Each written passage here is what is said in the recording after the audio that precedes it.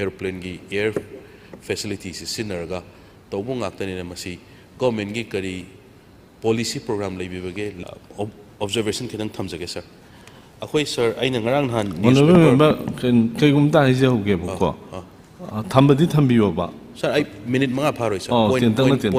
point sir आइना थमजे sir अदम याम सांगनदी थमजदमनिदा सर आई point ngakta चचबने सर एयरपोर्ट की सटलगा एयर ट्रेवल तौरिबा मयाम सिंगसिगी हाइरिबा एयरलाइंस की कंपनी सिंगसिना लेपनिंग मतमदा अखोई सही में हेना हुजिक लैरिबा इरान की सिक्सता यामना थमनिंगबा प्राइस ता मी खरे यामना passenger Khare यामना Keck लागाना ngasi week sida ngarang nahan khata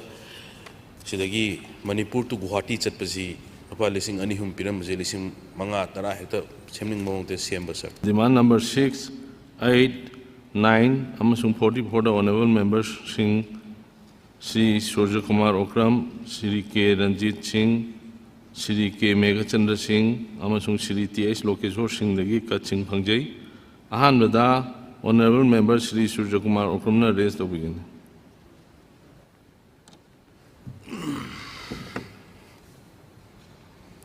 Sir, demand number 6,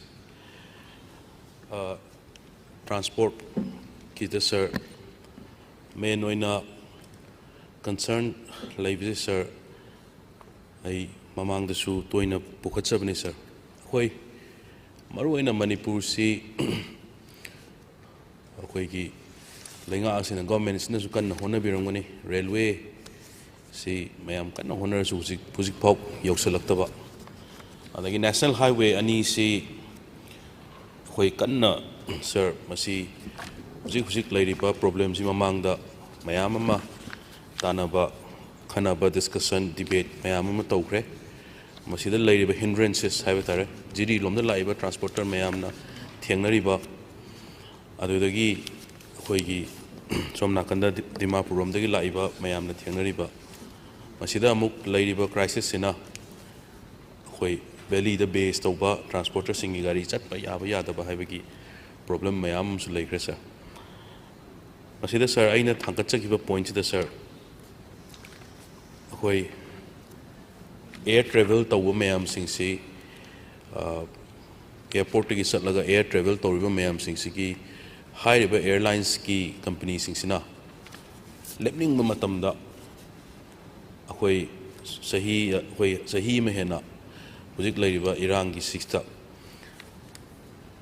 यामना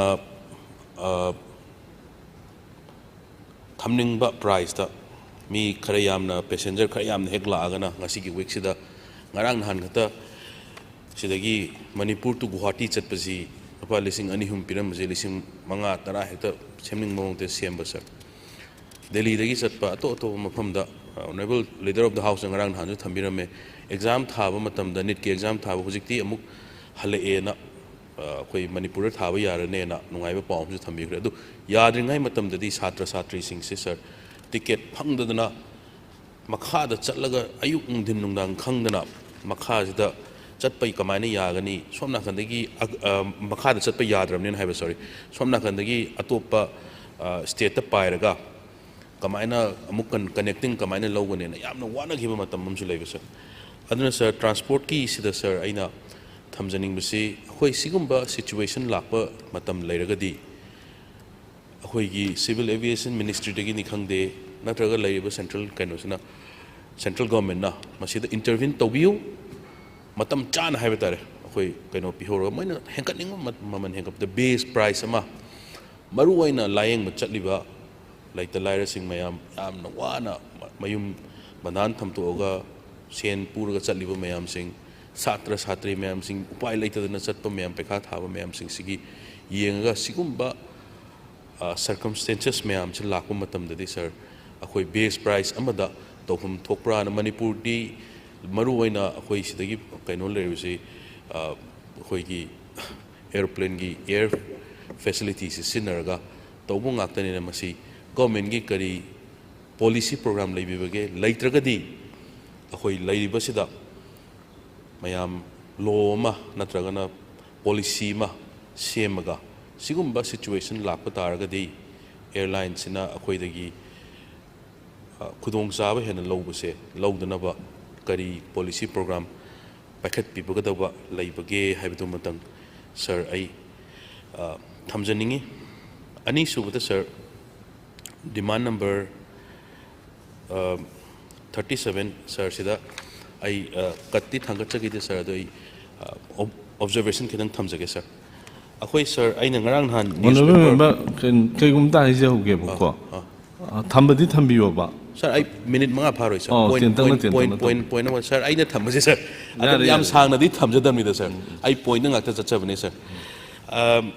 ai ngarang han newspaper da sir thengna jabada akhoi gi Manipur gi mamang da su ai pukhatchakim honorable member mayam na su pukhatchare Manipur gi fisheries haibtare fishery demand number 37 fisheries sida Manipur si predominantly fish consumption state ni akhoi mayam da hu adum mayam da hainer ne akhoi ji vegetarian ni de hai ado akhoi fishitarian hai tara akhoi gi veg se fish su ching and fish se maximum nga se loina mak chana bani na ado akhoi ngari nambagi akhoi gi nga